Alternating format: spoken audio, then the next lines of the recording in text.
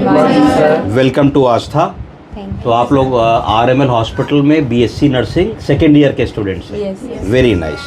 तो आज आप आस्था जीरियाट्रिक सेंटर आए हैं। जीरियाट्रिक का मतलब जानते हैं क्या होता है? ऐसा चिकित्सालय जो वृद्धों पे काम कर रहा है उसको जीरियाट्रिक हॉस्पिटल कहते हैं। ऐसा चिकित्सालय जो बच्चों पे काम कर रहा है उसको पीडियाट्रिक हॉस्पिटल कहते हैं। आज मैं आपको वृद्धों में कॉमन होनी जो बीमारियां कॉमनली होती हैं उनके बारे में बताऊंगा। क्या क्या बीमारियां वृद्धों में कॉमन होती हैं आप बताइए। दो बीमारियां सब लोग बताइए। विजन लॉस हो जाता है, हियरिंग लॉस हो जाता है, ऑर्थराइटिस हो जाती है, इनकॉन्टिनेंस हो जाती है, यूरिनरी भी हो सकती है और फीकल भी हो सकती है। अब हम ऑर्गन वाइज चलते हैं। हमारे शरीर में 5 वाइटल ऑर्गन्स होते हैं, heart, lung, liver, kidney, brain. बोलिए। इसके अलावा कोई ऑर्गन नहीं होता है। अगर आदमी मरता है तो spleen is not a vital organ, skin is not a vital organ. Skin जला दीजिए, काट दीजिए, बहुत सारा निकाल लीजिए, ग्राफ्ट बना लीजिए, आप मरेंगे नहीं। वाइटल ऑर्गन पे ही जीवन है। Heart, lung, liver, kidney, brain में से एक भी वाइटल ऑर्गन अगर बंद होता है, बाधित होता है या उसकी फंक्शनल कैपेसिटी में गिरावट आती है तो आदमी की स्थिति बिगड़ने लगती है। ठीक है जी। ऑर्गन वाइज हार्ट की अगर हम बात करते हैं, आप नर्स हैं, नर्सिंग बैकग्राउंड की, आपका मरीज आता है तो आप उसको देखेंगे। आप उसको थ्रू दी होल नहीं देखेंगे, ऑन दी होल देखेंगे। कैसे देखेंगे? थ्रू दी होल का मतलब होता है ऐसे नहीं देखेंगे। चारों तरफ उसको परिक्रमा करेंगी और मरीज को देखेंगे। भाई मेरी ड्यूटी में मेरा मरीज आया है, ये बेहोश है, तो ये बेहोश क्यों है, मैं क्या ऐसा कर सकती हूँ कि इसकी मैं मदद करूँ। ये आश्रय होना चाहिए। आश्रय ये नहीं होना चाहिए कि भाई BP, pulse, temperature, respiratory rate, मेरा काम खत्म। नो। अब how to approach a patient. तो आपने सबसे पहले देखा कि भाई मेरे मरीज का BP कैसा आ रहा है, इतना तो आप नाप सकती हैं। मेरे मरीज की पल्स कितनी आ रही है आप देख सकती हैं।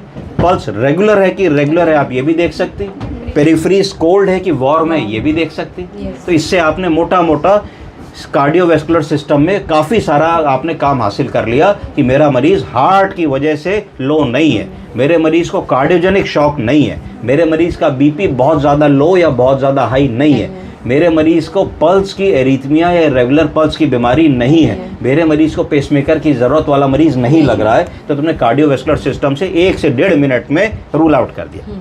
दूसरे है रेस्पिरेटरी सिस्टम पे। फटाक से तुमने पूछा भाई बाबूजी कोई नशा तो नहीं करते थे, सिगरेट बीड़ी तो नहीं पीते थे, दमा अस्थमा के मरीज़ तो नहीं थे, कोई पंप इनहेलर तो नहीं लेते थे, किसी चीज़ से एलर्जी तो नहीं थी। तो खट से तुम्हारे को पता लगा हाँ भाई ये तो 30 साल से बीड़ी सिगरेट पीते थे, बहुत खांसी करते थे, 2 बार TB का लंबा इलाज चला है और कोविड भी हुआ था, 15 दिन भर्ती रहे थे। तो एक मोटा मोटा तुम्हें पता लगा। फिर खट से तुमने अपना पल्स ऑक्सीमीटर देखने की कोशिश करी। अगर तुम ऐसे अस्पताल में काम करते हो जहाँ कौन सी जाँच होती है? ABG। क्या मतलब होता है इसका? वो करने की कोशिश करी। आर्टीरियल ब्लड गैस में 2 चीज़ें देखी जाती हैं। क्या 2 चीज़ें देखी जाती हैं? वो pH से देखेंगे। दूसरा काम देखा जाता है CO2 और O2। तो तुमने सबसे पहले देखा कि तुम्हारे मरीज का CO2 तो नहीं बढ़ा है। अगर CO2 बढ़ा है तो टाइप 1 रेस्पिरेटरी फेलियर हो गया। अगर CO2 ठीक है और PO2 कम है तो टाइप 2 रेस्पिरेटरी फेलियर हो गया। तो तुमको ये पता लगा कि तुम्हारे मरीज को रेस्पिरेटरी फेलियर तो नहीं है।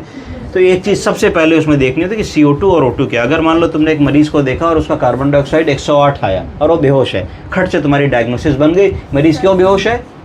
CO2 लेवल हाई है। CO2 नार्कोसिस की वजह से बेहोश है। उसने कार्बन डाइऑक्साइड रिटेन कर ली है और जिसकी वजह से वो अनकॉन्शियस है। क्या दिमाग में बात आएगी तुरंत? कैसे करोगे? O2 थेरेपी देंगे, ऑक्सीजन बाईपैप देंगे। क्या देंगे? बाईपैप। ऑक्सीजन तब काम करेगा जब सिर्फ O2 कम है। Type 1 respiratory failure. अगर मरीज का कार्बन डाइऑक्साइड ज़्यादा है तो तुमको कार्बन डाइऑक्साइड वॉश कराना है, वो बाईपैप से वॉश आउट होगा। ऑक्सीजन लगाने से और नुकसान होगा। क्या होगा? क्यों होगा कोई बताए? तुम्हारा मरीज सांस ले रहा है, ठीक, उसका कार्बन डाइऑक्साइड बढ़ रहा है, ऑक्सीजन उसका जो है वो ठीक है पर कार्बन डाइऑक्साइड बढ़ रहा है। अब जैसे ही तुम उसको ऑक्सीजन दे दोगे तो उसकी ऑक्सीजन हंगर और कम कर दोगे, तो सांस लेने का जो कोशिश कर रहा था वो भी करना बंद कर देगा क्योंकि तुमने उसको ऑक्सीजन सप्लीमेंट कर दी। तो उसका CO2 और बढ़ने लगेगा। तो you will do more harm to the patient. तो तुमको उसको ऑक्सीजन कम देनी है जिससे कि उसका ऑक्सीजन 90 के ऊपर ना जाए। जब उसकी 90 के ऊपर ऑक्सीजन नहीं जाएगा तो उसकी ड्राइव मेंटेन रहेगी जब तक तुम बाईपैप और ये इंतजामात कर रहे हो। तो इस तरीके से तुमने कर लिया। थोड़ा सा और होशियार हो, तुमने लंग पे आला लगाया लंग के ऊपर, तो तुमने देखा अपर लोब में हवा आ रही है, मिडिल लोब में आ रही है, लंग क्लियर है, क्रेप्स तो नहीं आ रही, कंडक्टेड साउंड तो नहीं आ रही है, वगैरह वगैरह। थोड़ा बहुत पुराना कोई एक्सरे तो नहीं है, थोड़ा मोड़ा एक्सरे देखना आ ही गया होगा इतने दिनों में, पैच तो नहीं है, ओपेसिटी तो नहीं है, कंसोलिडेशन तो नहीं है। तो इस तरीके से तुमने 1-2 मिनट के अंदर, 3 मिनट के अंदर रेस्पिरेटरी सिस्टम उसका किनारे कर दिया, कार्डियक सिस्टम कर दिया, रेस्पिरेटरी सिस्टम कर दिया। अब कौन सा बचा? लीवर बचा। लिवर देखने के लिए तुमको देखना है जीआई सिस्टम। क्या कहते हैं? तो सिर्फ लिवर नहीं देखोगी तुम, जीआई सिस्टम देखोगी। पेट पे हाथ लगाओगी, पेट फूला तो नहीं है, तो पेट अगर फूला है तो 5F दिमाग में आने चाहिए। क्या आने चाहिए? 5F। क्या क्या? फीसेस, लैट्रिन भरी है पेट के अंदर, क्या कहेंगे? गैस भरी है, फ्लैटस। औरत है तो प्रेग्नेंट तो नहीं है, फीटस। मोटा तो नहीं है, फैट। पानी तो नहीं है, ठीक, 5F। खट से तुमने देखा भाई इन 5F में से कोई चीज़ तो फिट नहीं हो रही तुम्हारे मरीज में। पानी लग रहा है तो खट से में थ्रिल का पता होना चाहिए, थ्रिल कैसी होती है, हवा है तो टेम्पेनिक साउंड पता होनी चाहिए। लिवर का मरीज़ तो नहीं है, क्रोनिक एल्कोहलिक तो नहीं है, CLD का मरीज़ तो नहीं है, साइटिस तो नहीं पेट में भरे। तो इस तरीके से तुमने उसका एक GI सिस्टम इवेलुएट करने की कोशिश करी और लिवर के बारे में हिस्ट्री लेने की कोशिश करी। पेशाब पीली तो नहीं है, नाखून पीले तो नहीं है, स्क्लेरा पीला तो नहीं है, जीभ पीली तो नहीं है, और 1-2 मिनट में पूछा भाई शराब तो नहीं पीते थे, भूख लग रही है कि नहीं लग रही है, लैट्रिन काली तो नहीं होती है, वगैरह वगैरह। तो एक GI सिस्टम तुमने अपना निकाल लिया। उसके बाद क्या बचा? Brain, central nervous system. सबसे आसान है नर्सिंग के लेवल पे। Are you oriented to time, place and person? काम हो गया। बाबूजी नाम बताइए, दिन है कि रात है, किसके साथ आए, सुबह आपने नाश्ते में क्या खाया, ये क्या है, पेन है, आला है, दायां हाथ उठाइए, दायां पैर उठाइए, कस के मेरा हाथ दबा दीजिए, है ना।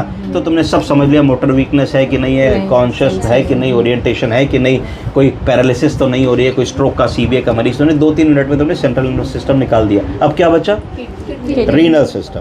रीनल सिस्टम में तुम्हें देखना है कि भाई यूरिन आउटपुट कम तो नहीं। अगर यूरिन आउटपुट किसी का कम हो रहा होगा तो क्या लक्षण दिखेगा? सांस फूलेगी, पैरों में सूजन